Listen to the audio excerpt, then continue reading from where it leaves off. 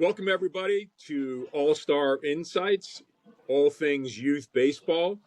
I'm your co-host, Chris McKnight, and my buddy, Big Coach Rock. What's happening? How you doing, Coach? guys? Welcome to the show. And we have a very special guest today on the show, Butch Bakaloff. He's been involved in all facets of baseball his whole life, from being a college player to a professional player, from professional player to working in professional baseball for over 20 years in a couple of different capacities. And now in California, he's working with the youth baseball realm. He's got a ton of experience and really excited to have him on the show.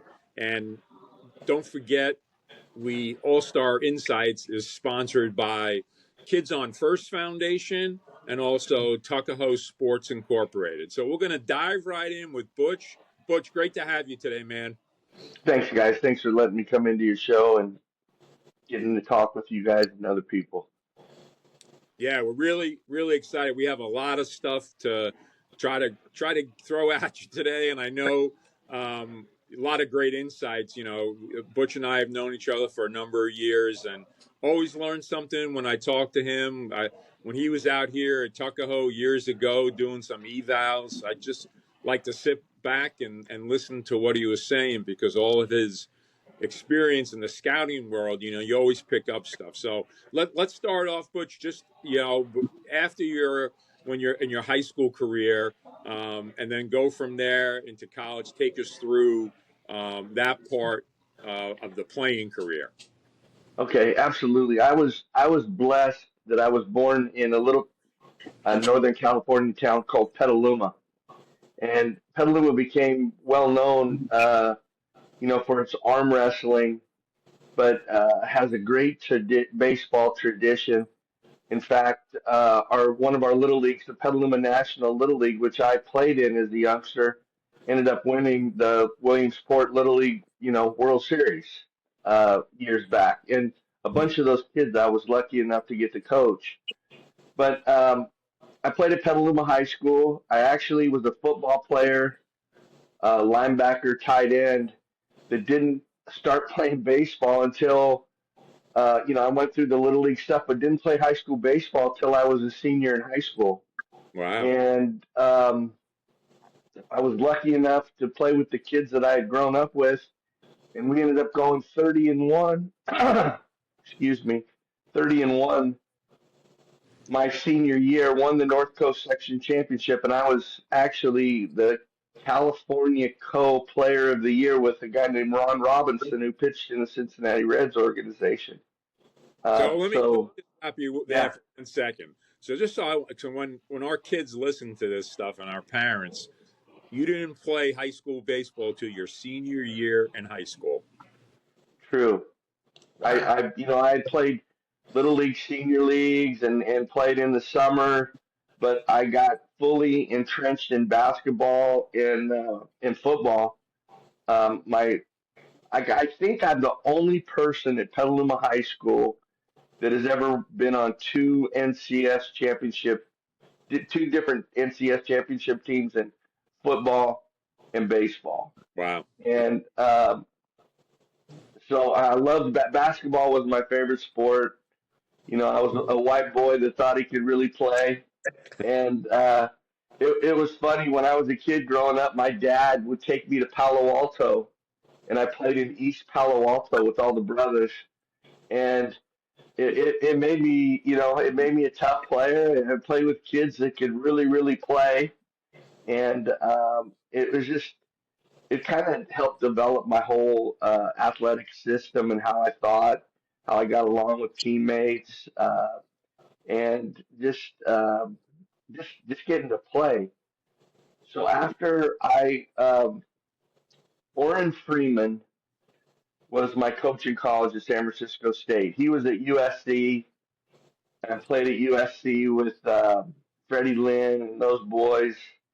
and he tried to. I could have went to USC out of high school, but when I went down there, I really didn't like the area. I didn't like, what was going on their campus, and I really liked Orrin, and he was the head coach at San Francisco State. So I said, you know what? I'm just going to go play for somebody I like, and I thought it was really a key to my success in college was that I went to a school where the coach liked me, and I had a relationship with him, and it wasn't me just coming in there off the street and trying to have a position in that program. I got to pitch as a freshman. I think I was a Division II All-American. I got all the good things that go along with being a good player at San Francisco State. And then I got hurt. I got hurt in the weight room doing squats. I could really squat. I had, big legs, but big time core strength. Didn't much do bench presses and all that stuff, but I really worked on my core and my butt, to get power through my legs when I pitched. And I got hurt. I didn't put a towel between the bar and my back, and I squished my infraspinatus. Which I got drafted. I didn't even, I maybe pitched 2 innings my junior year in the playoffs so people could see me. I got drafted, I think it was the 12th round by the Phillies, and I signed, but I could just never really get healthy. I mean, I couldn't, they had to operate on me. Um, then what happened is they did the dye test on my neck, and I ended up the dye went up into my brain and I had a grand mal seizure. So I was I was in intensive care for 3 days fighting for my life, and that's kind of when I came to a crossroads with baseball and like, hey, I want to have kids eventually, have a family, and there's other things I can do in baseball. So that's when I actually uh, went coached at Santa Rosa JC with Ron Myers. The same place where Brandon Hyde came from, the manager of the Yep. ex-manager of the Orioles, Timmy Cousins. We've had some really good players come out of Santa Rosa, and I coached with Ron Myers there for 2 years. Then I met Jim Fleming, who was at Oklahoma and was the assistant, the assistant GM at Miami. And I coached with him during the summer at Matsu in the Alaskan League, and we ended up winning the Alaskan League. And then I got the pitching coaches and recruiting coordinator job at Cal Poly San Luis Obispo. And I stayed there for exactly 3 months, where Roger Youngward from the Seattle Mariners, the guy that signed Kevin Mitchell, Alex Rodriguez.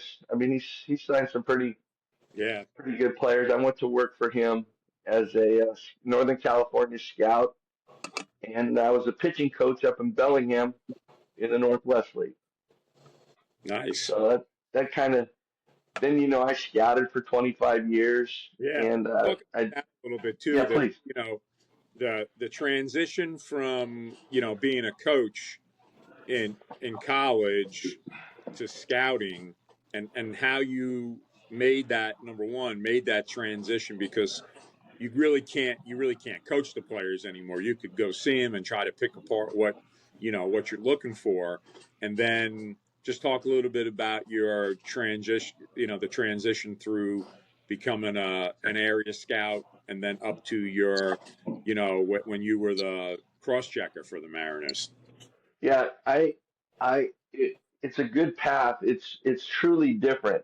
Where, as a coach, we tend to coach with our heart, and we tend to get close to players through the heart because they work hard for us. They do these things. But in scouting, everything is through the eyes. You don't. The heart cannot get involved. So there's an adjustment period. But I loved getting in the car. I loved being at ballparks.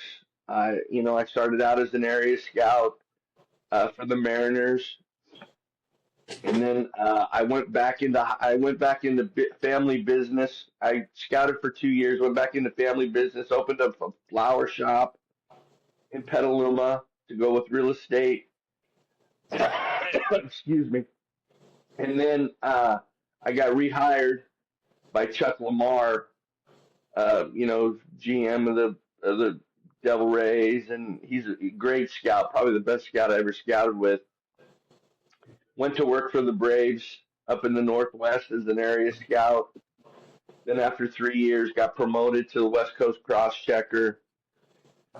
And then I became a national cross checker for the Cincinnati Reds for like 7 years, 8 years. And then I went to work for the Mariners as their West Coast guy. And then I got promoted a year later to one of their national guys. And it's just, what I tell people when they ask me about the jobs I did in baseball. I mean, anything you do in professional baseball is fun. I mean, it's not a job. It's when I hear guys saying how hard they work, I just kind of get a big chuckle in myself because it's just you're getting to work at the best. I used to tell guys when they tell me, "Oh, I'm just an area scout. You're a national cross checker." I said, "I have a bigger playground than you, but we both have a playground. I get to see more players in that playground, and I mean, it's. I don't know if there could be a better job uh, than getting to go to a ballpark every day, scouting, writing reports, and I loved the accountability part of it. I loved to have my report right there to see if I got guys right or wrong. There's a lot of people that didn't want that responsibility of owning up to what their report said, and we miss guys, we get guys right. But when you have a passion for it and a love for it, it's unbelievable. And I think the only thing that was bad for me is I lost my first family over it because I was so entrenched in what I was trying to do and how good I was trying to be. And then when you're a national cross checker, I was out 230 days a year. So you're away from home for 230 days a year. It's really, thank Wow. God I have a great relationship with my son now. But my daughter, I mean, she's still mad at me. It's just can't blame her. I was away from home. I wasn't a dad. I was a baseball man. Yeah. Hey, Butch, real quick, could you kind of elaborate on, as a scout, what do you look for in a baseball player as far as those tools? Because a lot of our young guys kind of need to know what these scouts are looking for, and what they can fix or not fix or be focused on or not focused on. What does that scout look at as far as those kids, as far as those key areas? Well, obviously, I used to, how everybody talks about a five-tool system, and the sixth tool being makeup. Number one, I tell everybody a player's makeup doesn't get a scout to the park. A player's ability gets a scout to the park. And then after the ability is shown, then makeup becomes a big part of that full player pie. So I used to thought the five tool system was a waste. I used to break it down by position, and I would just go with the three best tools for that position. I wouldn't let. I used to hear scouts, and it made me learn. I used to hear scouts. Well, this guy can't run, so there's different positions where there's guys that can't run, but they could hit, and so why let running determine how you like a player when the number one tool for that position is the bat? Now, scouting has, truly come forward in the fact that every position you have to hit now. I mean, you got to be able to go up to that and get in that box and be able to swing the bat.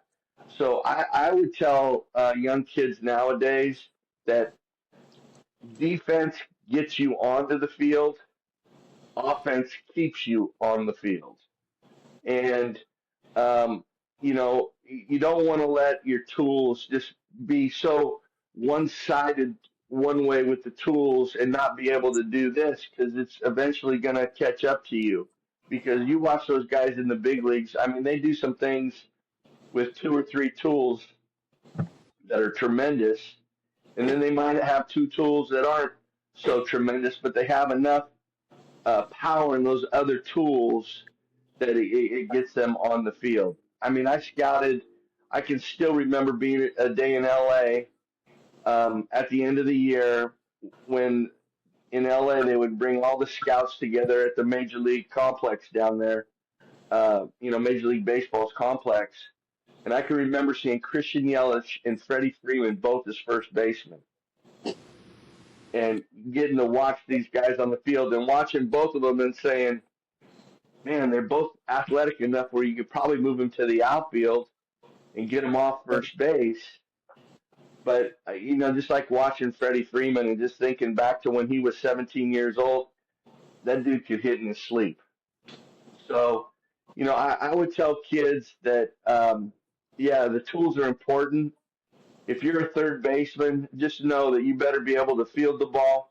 You better be able to hit the ball and hit the ball with power. Arm and running speed aren't so important, but arm strength does become important if the boy can be accurate.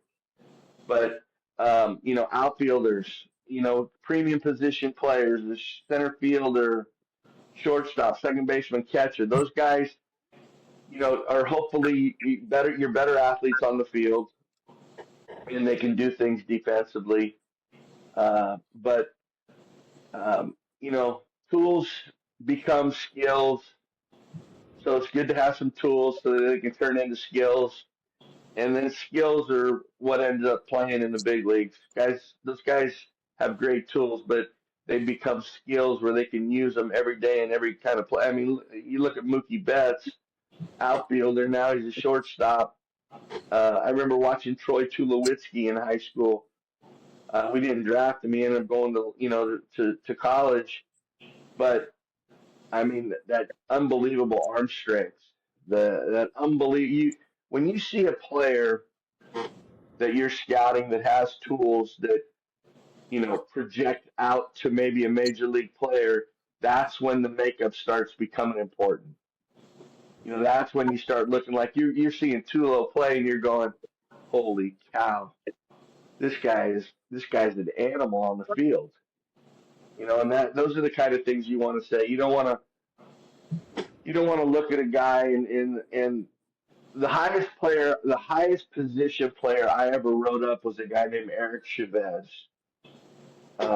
He played at Mount Carmel down in San Diego, and I'll never forget watching him. And his bat was just so loud, but he could really play third base.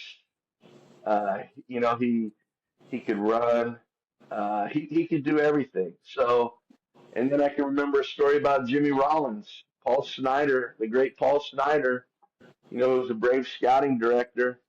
And we saw Chavez, and then we got in the car from San Diego and drove to Oakland for a morning workout with Jimmy Rollins. And Jimmy wasn't a workout guy in high school. You really needed to see Jimmy play in a game to get the feel for him because his tools were good, but they weren't great. And I can remember him running the 60, and he ran like a 6'9" that day. And Jimmy, I said, I could have beat you in the 60 today. And he looks at me and goes, Bach, what kind of bike were you going to be riding when you're going to beat me? So it's these guys, these good ones, and as you guys know, and you've been around these kids that end up playing, they have a different personality. They got a different kind of swag. They got a different kind of belief. And I remember the first time I saw Verlander throw in Wilmington. I go in there in a playoff game, and he's blowing 94, 97. But and his stuff was crisp. He had that up and down curveball, but it wasn't. Those things were all great, and they all projected out. But the person, the demeanor, and I think that's the biggest thing with kids today. So many of them question their ability. They just It's like they don't have the confidence like we had back in the old day. When you knew you were good, man. You walked around like you were the cock of the walk, man. I mean, the kids don't do that today. They second guess themselves. They does it look right? What was my exit velocity? They got to look at all these measurements and not understand. Hey, you're really a good player. Stop worrying about that stuff. That stuff will take care of itself. Yeah, So, I think Thank you for that. Thank you for that, Butch. you hit the absolutely, there with the young players today because there's so much technology and so many numbers available for these kids. You know, I see it all the time. Kids come in, they hit off Rapsodo. The first thing they do is look at the screen and they want to see what their exit velo is.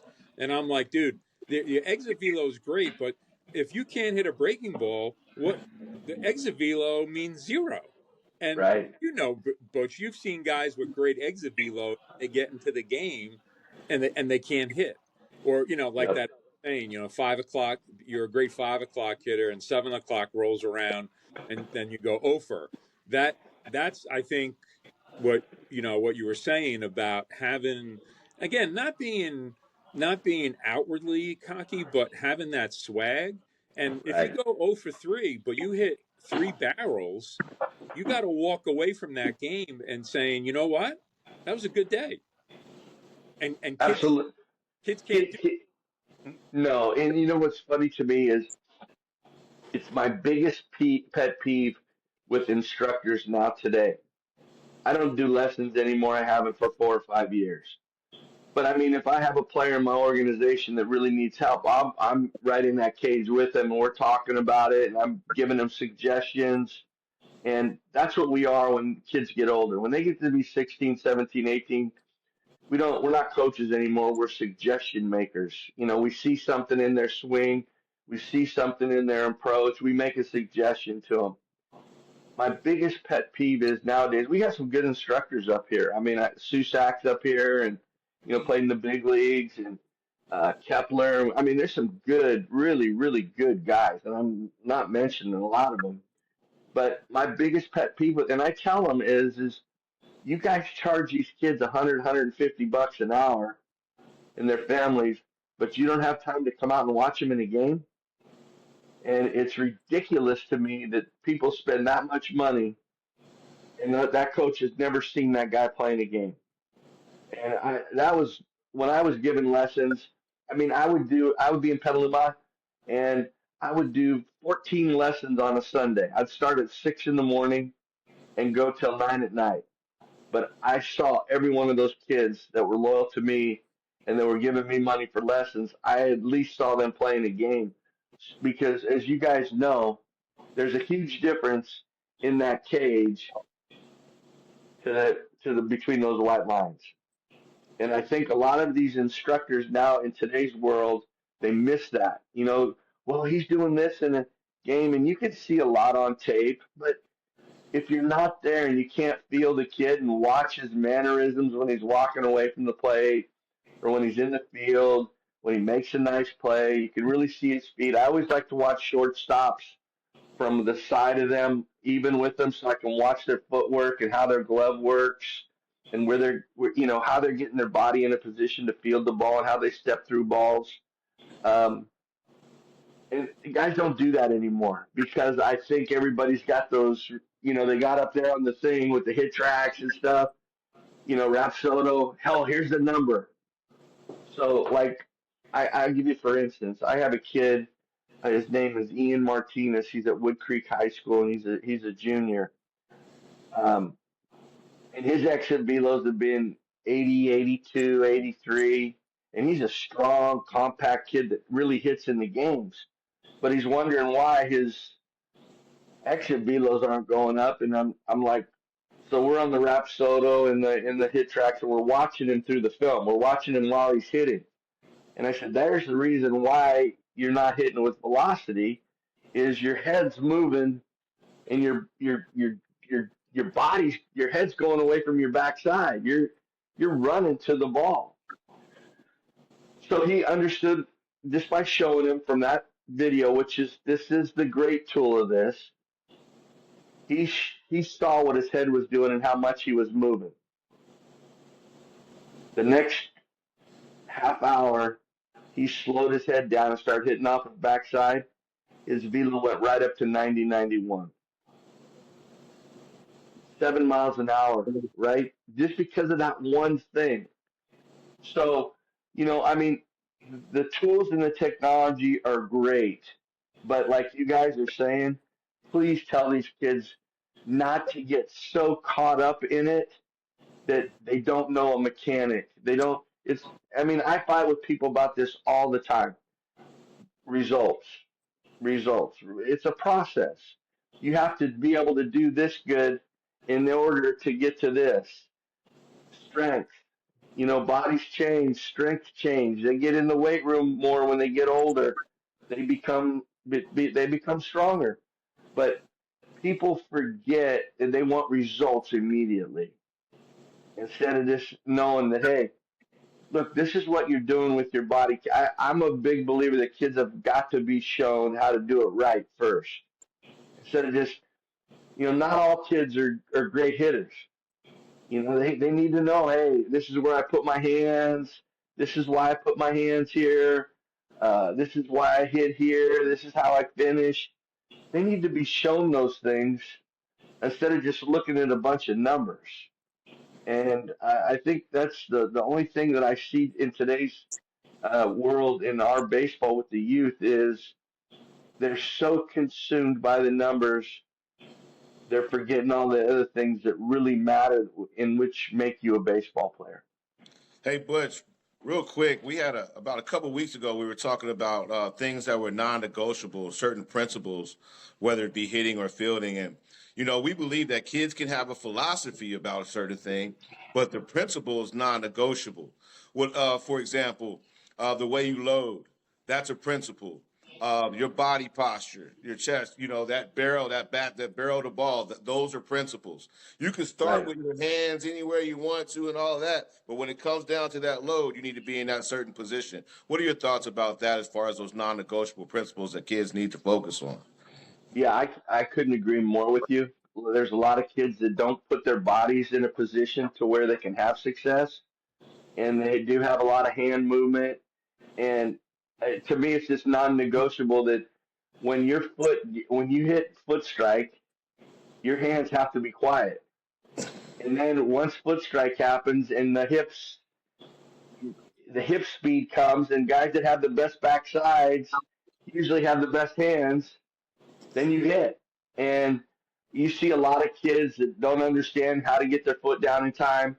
I mean, when you hit, the constants have to be foot strike, um, how your bat enters the strike zone, not too steep but level, so you can get the barrel to the ball.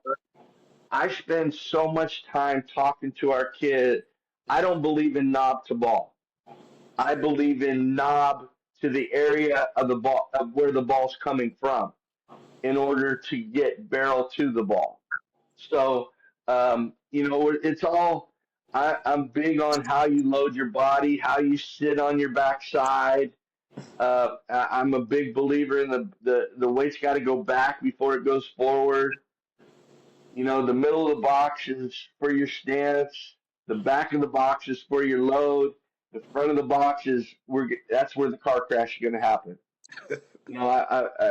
I believe in front box hitting, and I mean, I learned that when I was 20 something years old when I first started scouting. A guy named Lloyd Christopher, who's a great scout here on the West Coast.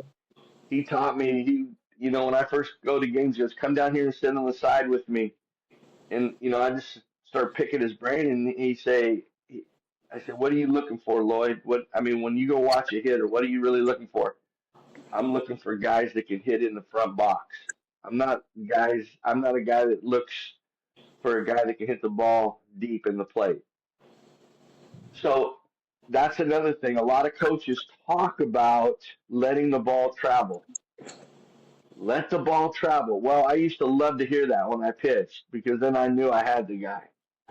I want contact on that front knee, that land foot knee out front. I want the contact to be there. I don't want guys contact to be back in their crotch area that deep on the plate because it's just going to be a foul ball usually, or they're going to roll over the ball. So, we all have different feelings about that. I hear that. That's the most used heard word I hear is let the ball travel, let the ball get deep. And it's totally opposite of what I tell our guys.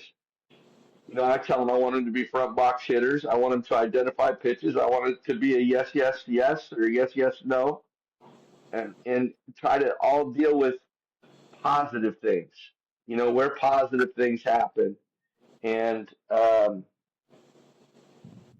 think that what you're saying, Coach, there are so many things that we lose sight of, especially hitting. Hitting is so dang hard. I mean, if you can hit, man, that's a great tool. I mean, you look at the big leagues. I think what was there 3 or 4 guys that hit over 300 this year. Yeah. I I mean, was it's such talking a to Chris and I were talking about that how the average pitch, the average batting average now is a lot is more down than it's ever been in the history of baseball because the pitching is so good. the pitching's so good, and it's this whole launch angle thing. So and I don't disagree with that, but I believe that a ball location creates launch angle. There's not going to be launch angle on every swing. Right. The ball that's up, there's going to be level shoulders. The ball that's down, there's going to be tilt in the shoulders to get to the ball. And if you can't get your back knee underneath the ball on those low pitches, you're going to struggle. So, a lot of coaches don't talk about that back knee and that backside finish and being able to get that knee into the ground. But Seager, the guy at Texas, he's a great guy to watch when you're trying to explain to a guy, hey, this is how you get into the ground and get into that knee. And every coach has different guys that they use as a model. I had Spencer Torkelson for 2 years on our team, and there wasn't anything he couldn't do on a baseball field. But now he's in the big leagues and he's struggling. He's hitting 230, but he's hitting 30. But he should, with his skill set, he should be a 280, 290 hitter that hits 40 plus. There should be so much more contact so that he can get to his power. But they're all so different, as you guys know. How you reach a player today, how you get their trust and respect, it's all different. And there's some guys that just will never give you respect, and you still have to find ways to coach them. Yeah.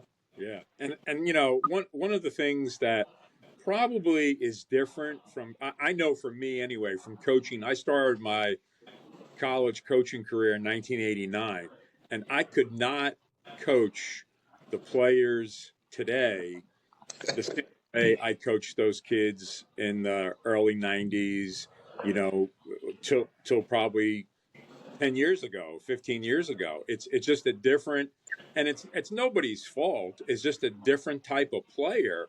But as a coach, like you said, you have to come up with ways that you can reach those kids. And I think a lot of coaches, especially youth coaches, they're so into the mechanical part of hitting, so into the mechanical part of fielding. But what you had said earlier to me really resonates is you have to be able to reach those players first individually, personally, before you can gain their trust and gain their respect. So many, and listen, I did this when I first started coaching. I was that transactional guy. I needed to win because I thought the only way to get the next coaching job or to, get a new contract was to win, which, partly in college is true, but huge difference when I started worrying more about developing my guys, and getting to know my guys and knowing about, walking around. We have 36 players, but try to make it a habit every day to walk past every single person.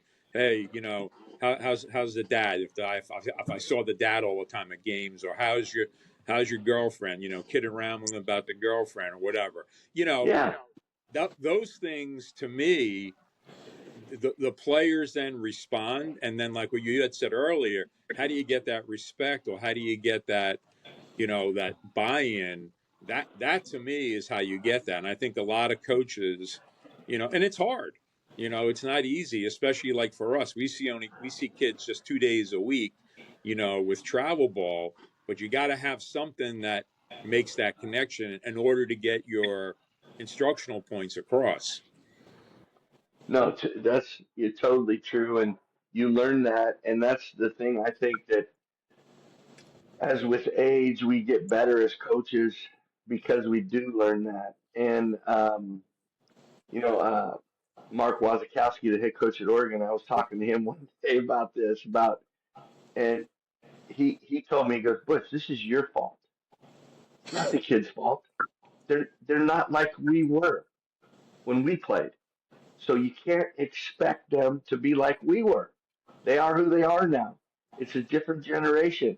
And you can't, this old school shit, it's not going to work with some of these kids, So, like I would try to tell him, well, I'm a big believer that you can use old school with new school and find a really happy medium to make players better. But if you can't get the kids' eyes and ears and there's no respect there, most coaches aren't going to coach them. I coach through it because I know it's just the way it is today. Kids have a lot less respect for adults, and they know more than adults know now. Just because of social media and the things that they're privy to at so much more of an earlier age than we ever were. So they do become harder to coach, but that's when you really find out if you can coach and you can and lead people is when um, somebody looks at you like you don't know what the heck you're talking about, and then you have to say it a couple different ways. And it's like you're talking about coaching for players comes in stages. When they're 13, 14, you really got to, it's all about development. You really got to teach them, how to do this right, how to do that right. When they get to that 16, 17-year-old age, you're to that point. All players can get better, but now we start talking approach and what we're doing in the batter's box, with two strikes, how our competitive levels got to come up and we're in there. You got to know the situation so you know what you're trying to do. But I tell people, and I lose people over it in my program, and I don't care. I want the worst players to play with me. I want the best players to play with me, and then I want to make them all better. However, we have to do and what we got to do to make them better. But it's so fickle. I lost 3 players in my 14U in the last 2 months because we didn't win enough. And I just told them, I said, I understand because winning is definitely a part of development, and you want to have a winning mentality. But at this age, it's just I disagree with you guys. It's just really not important. And I can, you're getting all impressed that my 2026 team is winning 2 championships here in the fall, but they were in the same position as your kids were 4 years ago, losing games and getting frustrated because they were losing, and just having to remind them, this age, it doesn't matter if you win. It matters to your mom and dad that you win or lose, but it doesn't matter to the kids because they get better, they get better. But if they have a parent in their ear all the time about it, then it becomes a problem. And it's just how society is today. It's just how the baseball world is today. And I mean, that's my biggest message to people is now with the new recruiting rules and scholarships and commitments, when the kids are 12, 13, 14, let them have fun. Let them learn the game. Find people to put them around that can first teach them the game and teach them how to have some integrity, some character, how to be loyal to their teammates, and find that brotherhood that we all have when we play this game, and we love it. So Everybody is different. The bigger programs, they just want to win and they'll steal players from you. I've never done that. I don't believe in that. I want players, whether they're good or bad, that want to play in my program because they know they're going to get some consistency, that all of our coaches know what they're talking about. And that's my biggest thing is, and I go watch games every day, is I tell our coaches, if you're going to say something to a kid and make a suggestion to him, you have got to have a solution. You can't just say, well, you got to stop doing this. No, okay, you got to stop doing this, but I'm going to show you how to stop doing this. And I believe that's a big problem in coaching right now, that there's so many people that want to coach and they just want to be a coach, that they don't know how to provide solutions to players that really need those suggestions and solutions to their problems. Yeah, no, that's 100% correct, and you see it. You know, Coach Rock and I see it at the youth level all the time. And sometimes, I just got to sit back and laugh and say, you know what, what are these guys doing? They're yelling out stuff to the kids every play, or the guy at third base is coaching the kid when he's hitting. I'm saying to my pitchers, I was like, you guys, you should love that, because that kid can't focus on you now because he's listening to his third base coach giving him the whole rundown on his mechanics when he's trying to focus on hitting the ball. And, for me, that type of stuff, a funny story. When I first started coaching, I I had a 10-year-old team when I first started coaching here. And at the end of the first game, a bunch of the parents came up to me, and we won, and whatever. And I'm just thinking, okay, the parents are going to say, "Hey, good job," blah blah blah. There's like, Coach, we have some questions. Why at third base are you not talking to our guys when they're hitting? And I'm like, what? Because that's all they were used to. They were used to Yeah, guys, in Little League coaching. I said, go to a college game or a big league game and listen to the third base coach. Like, what do you mean? They're not saying anything. I'm giving a sign. I might once in a while say, hey, come on, Johnny, let's go, man. Or give him a cue or something, hey, shorten up, if it's 0-2, whatever. But that's it. And you see these guys all the time. They talk constantly at third base. And I'm like, how do you expect a kid to hit? But they're the same guys yelling at the pitcher, throw strikes. Yeah. No. Thanks, Sherlock. I know I got no doubt. it right. Give me, like you said, give me the solution to if I'm missing, am I releasing my elbow dropping? Is something happening? So yeah, 100% hit the nail on the head on that. Quick, Well, it's I funny. want to That's it. elaborate on that Go too. ahead, I'm coach. just Oh, I'm sorry. I was gonna say, Chris, based on what you said, I'm just trying to give the signs. Hey guys, let's wake up. Can I give a sign? You know what I mean? Can we get the signs in? Let's focus on that versus anything else. You know what I mean? Yeah. Sorry about It's that, Butch. I funny. just want to throw that in there. No, you're good. You're good. I'm talking too much, probably. Um, the way I do it, and it's always worked for me, is I tell our players, every season we have a meeting. I meet with all of our teams before we even start practice. Just found it's been the best way to communicate, and so everybody knows the rules.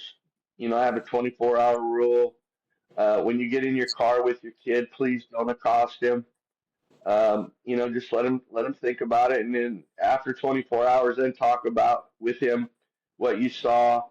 I ask our families when they're on the field with me, please don't coach them from behind the stands. Let me coach them. And then after they get in your car, or they get home, or you have your 24 hours, then you feel free to say whatever you want with your kid. He's your kid, not mine. But my biggest rule with my coaches is, and our players and families, is practice is mine. I own practice. You come and do what I want you to do at practice, and then the games are yours. I watch the games, like you guys are saying, like coach is saying, until the sixth inning. If the game's close to the sixth inning, then I tell our team, I'm taking over the game now. I'll let you guys play the first 5 innings. Now it's my game. So, I think kids are really good with that. They know that when they come to practice, there's going to be an expectation level, and there has to be an expectation level. I mean, it's just like raising your kids. They got to have some borders and some rules, so they can function in life.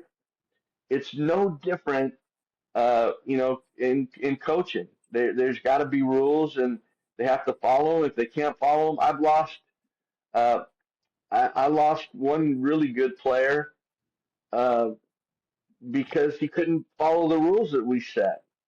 So, and that's another thing about a youth program that you have to be able to do, in my opinion, is, everybody's trying to make money. That's a known fact. But when you have a kid that breaks your rules and you just continue to let him do that, that sends a really bad message, and it makes you look like all you're thinking about is money. And it can't be that way. You have to you set rules for them to be followed, and if they can't follow them and they can't be on time and their parents become a problem, then it becomes bigger than the organization, and nothing should ever become bigger than the organization. The Yeah. players are the organization. Yeah, 100%, man, 100%. Hey, Butch, I really appreciate. I know Coach Rock and I appreciate your time. More importantly, your insights from your experience, your vast experience, not just at the youth level but at the professional level. Really good, some really good points for our kids and parents to take away. From this session. So appreciate you getting. I know out in Cali, this is early for you guys, but we really appreciate you jumping on and sharing your thoughts with us. Thank you. Thanks for having me on, and I always enjoyed being around you after the first time I met you at that clinic with Future Stars, and it's been great staying in contact with you. And if I can ever do anything for you or any of your players, please just let me know. Yeah, definitely. No, I love your perspective, and I could sit here for 2 hours and talk about this. Ain't easy, but really appreciate it. Thanks everybody for tuning in to All Star Insights, our youth baseball, everything about youth baseball podcast, sponsored by Kids on First Foundation and Tuckahoe Sports. Thank you. On again.